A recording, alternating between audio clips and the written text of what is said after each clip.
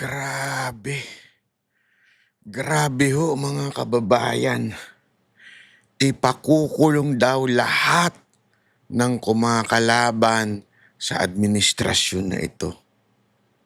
Para daw talagang ma-impeach si VP Sara Duterte. By hook o by crook. Yan po ang napag-alaman ko po sa isang kaibigan at kakilala natin. Talagang gagawin daw nila lahat para ma-impeach si VP Sara Duterte at para magawa nila yan, ipakukulong lahat. Lahat po ng papalag, lalong-lalo na po sa Senado. Naku, grabe ho talaga mga kababayan. Hindi ko malubos maisip na ganito kaganid ang ating pamahalaan. Ganito po sila sakim sa kapangyarihan na kahit sinusuka na sila ng taong bayan, talaga nga namang hindi pa rin sila bibitaw sa pwesto. Grabe ho, alam mo. Baka sabihin ninyo, wala tayong ebidensya. Meron po tayong ebidensya. Hindi po tayo tulad ng mga bayarang loyalista, vlogger, na walang ebidensya, akusa ng akusa sa mga Duterte supporter at sa INC. Naalala ninyo yung namatay na vlogger nila?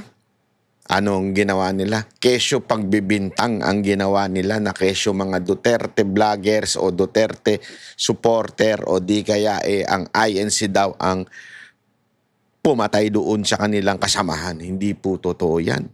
Ngayon din, malalaman ninyo, ibabalita natin dito detalyado kung ano ba ang kinasangkutan niyang vlogger na yan. Nako, at ang may ebidensya po yan, ha? Hindi po ito gawa-gawa. Ebidensya po mismo. Meron ho. Nako po, grabe ho talaga pangyayari ngayon. Ang lupit po talaga. Alam mo, marami nang ako nakakausap na talagang sinasabi nila, bakit nagkakaganito ang bayan natin? Alam mo, kahit ako, wala akong masagot dahil sa totoo lang, hindi ko malubos maisip na paano nangyari yung ganitong klase. Kasi alam mo naman na alam ko naman na palpak itong si Marcos kasi kaya nga hindi ko bumoto dyan eh. Hindi ko binoto yan at kinampanya ko na wag manalo yan. Alam ko naman na may gagawa ng katarantaduhan yan. Pero hindi sa ganitong level. Kasi alam ko hindi ko ma-imagine pala yung ganitong klase ng level ng kasamaan. Aba, matindi pala talaga. Matindi po pala talaga ang ganitong klaseng etong presidente natin. Hindi, akala ko lang alam mo yun, it's another Noynoy, Ninoy, hindi pala, tama, Noynoy pala. Another Aquino, 'di ba? Hindi. Mas malala pa. 'Di ba? Mas malala pa yung kanyang kalokohan. At hindi lamang po 'yun, talagang kasi alam mo, merong namang yan Sabi nga, 'di ba sa boxing, meron sa boxing, merong suntukan, sakitan. Normal 'yan, 'di ba? Pero meron tayong tinatawag na wag below the belt. Doon ang galing yun eh. Wag below the belt. Ibig sabihin, oo, sasaktan mo yung kalaban mo kasi suntukan nga eh. Boxing nga eh. Di ba? Patutulugin mo. Ganun katindi yun. Di ba? Kahit to doon sa, yung sa UFC ba yun? Yung mixed martial arts. Duguan. Di ba? Pero, wag below the belt. May ganung patakaran. Kaya, ano ba yun? Ako, alam ko na itong si Marcos, talagang walang magagawang matino ito sa Pilipinas. Pero yung ginagawa niya ngayon, below the belt na. Meron kasing alabanan yan sa politika eh. Yung mga oposisyon, mga nasa administrasyon, nagbabanatan yan. Kahit naman, hindi lang ito first time.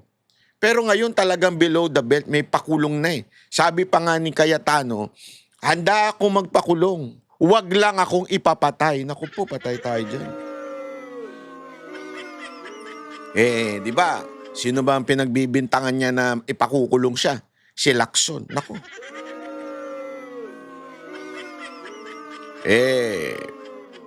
Kasaysayan. Hindi lamang po sa kasaysayan. Ito ay merong issue na kailangang sagutin. Merong issue si Lacson patungkol dyan. Kung maaalala ninyo, sa history ng ating bansa, si Lacson ay, nako, ayoko na lang magsalita. Baka madamay pa tayo dyan. Hindi ko nga alam kung ito'y parinig ni Senator Alan Cayetano dito kay Lacson na sinabi niyang, okay lang, handa akong makulong, wag lang ipatayin. Grabe. We really have to pray for our country. Sa totoo lang, hindi ako nagbibiro. Sabi nga, sa tao, merong imposible, pero sa Diyos wala. Parang imposible na kasi yung mga nangyayari ngayon. Kaya talagang ating Panginoon na lang. Ngayon, sa totoo lang, iniisip ko nga yung mga nangyari kay Joel Villanueva kung bakit siya naghudas. Baka, kasi ganitong sasapatin, kanyang aabutin kung sakaling hindi siya bumaligtad, di ba? At hindi lang yan. Hindi lang si Alan Cayetano, pati si Pia Cayetano. Hindi lang si Pia Cayetano, pati si Senator Loren Legarda. Nako po, lahat na. Pati si Villar. Nako po. Ito, meron ito mga ebidensya. Hindi ito gawa-gawa lang ha. Baka akala ninyo gawa-gawa, kwento lang. Tayo ang banateros, hindi katulad ng mga bayarang loyalista. Kasi yung mga bayarang loyalista na yan, yung mga vlogger nila, mga patay gutom kasi yan. Sa totoo lang, sa kanto lang lumaki yan. Yan yung mga pinulot mo lang na mga walang trabaho. Yung wala. Hindi, as in walang trabaho. Tapos nakahawak ng cellphone, ayun, nag-vlog-vlog na. Tapos nung inunti-unti na silang mitingin, galing din niya si Jay Guevara Miniting-meeting siya nung isang anak ng senador Tapos inabot-abutan na, yan na. Diyan na nagsimula yan. Hanggang naging kliyente na itong administrasyon na ito. Syempre, alam mo naman, sa kanto mo lang nakuha yan. Wala namang kaalam-alam sa politika yan. Di ba?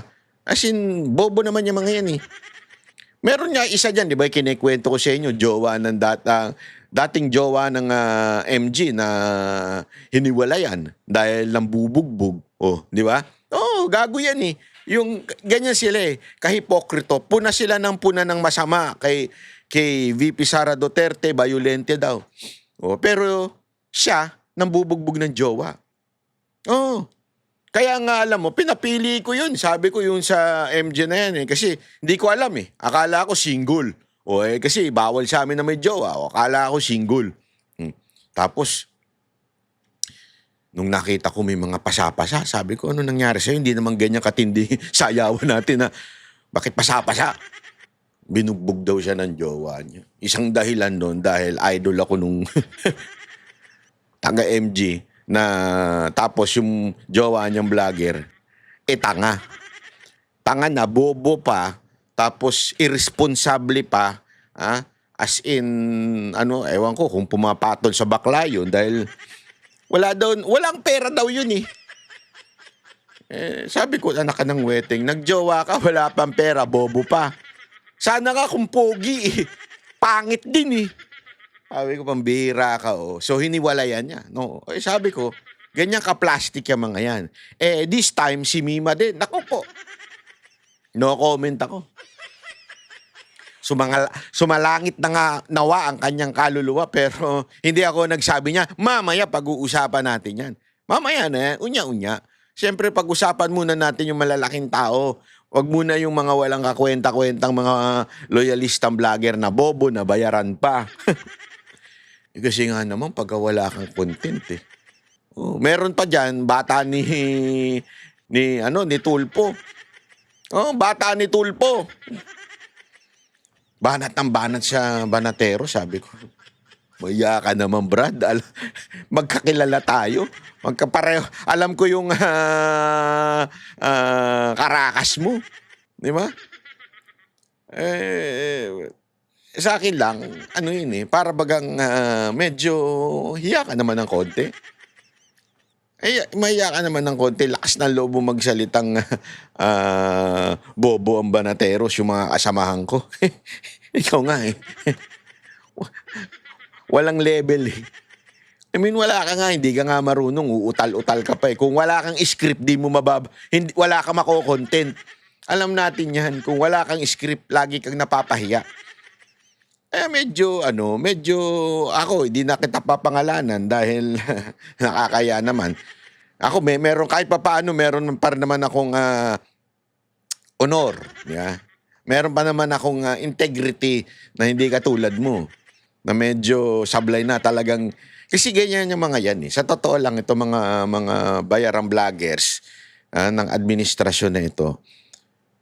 Akala kasi nila, forever ang kanilang amo. Yun ang katotohanan. Nakala nila, forever yung amo nila to the point na sisirain na nila lahat ng bridge. Huwag ganon. Maniwala kayo sa akin, hindi forever yan. Walang forever sa politika. You do not burn the bridges. Huwag mong gagawin yan. Sasablay kayo dyan, maniwala kayo sa akin. Kaya yung mga palipat-lipat, yung dating kay Duterte, nag-isko. Nung nag-isko, biglang nag-Marcos. Alam mo, yung credibility nyo nawawala. Very important ang credibility pagdating sa vlogging. Especially pag ikaw ay political vlogger. Napaka-importante niya. Kung palipat-lipat at palipat-lipat ka, sirang-sira ang credibility mo. Halatang-halata na nababayaran ka. At depende kung sino yung nagbayad sa'yo, kaya palipat-lipat ka. Kami ang boses ng masa, hindi natatakot. Katotohanan lang, di kami nalulunod. Walang bahid ng sismis, lahat ay totoo. Kahit sino ka pa, pag mali ka babanatan ka. Walang pinipili kulay, wala kaming kinikilingan. Basta para sa bayan, kami lalaban. Pag tama palakpakan, pag mali banatan. Di matitinag, di matatakot, para sa bayan tuloy ang sigaw. Sa harap ng kamera, walang halong takot. Mga baluktot, lahat kayo'y tutumba. Ang hustisya at totoo, yun lang ang mahalaga. Kahit sinong harang, di kami matitinag. Walang pinipiling kulay, wala kaming kinikilingan. Basta para sa bayan, kami lalaban. Pag tama palakpakan, pag mali banatan. Di matitinag, di matatakot, para sa bayan tuloy ang sigaw. Kung nasa tama ka, ikaw ay aming kasama. Pero pag mali ka, handa ka na bang mabasag? Banateros kami, walang inuunan. Dahil bayan muna, bago ang sarili.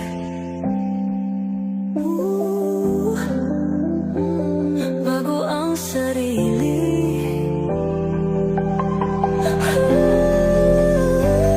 Pag tama palakpakan, pag mali banatan.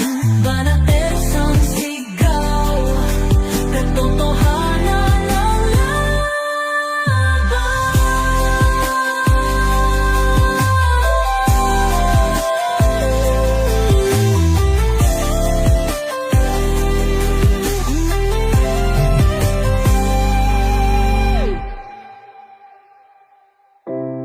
sa harap ng kamera,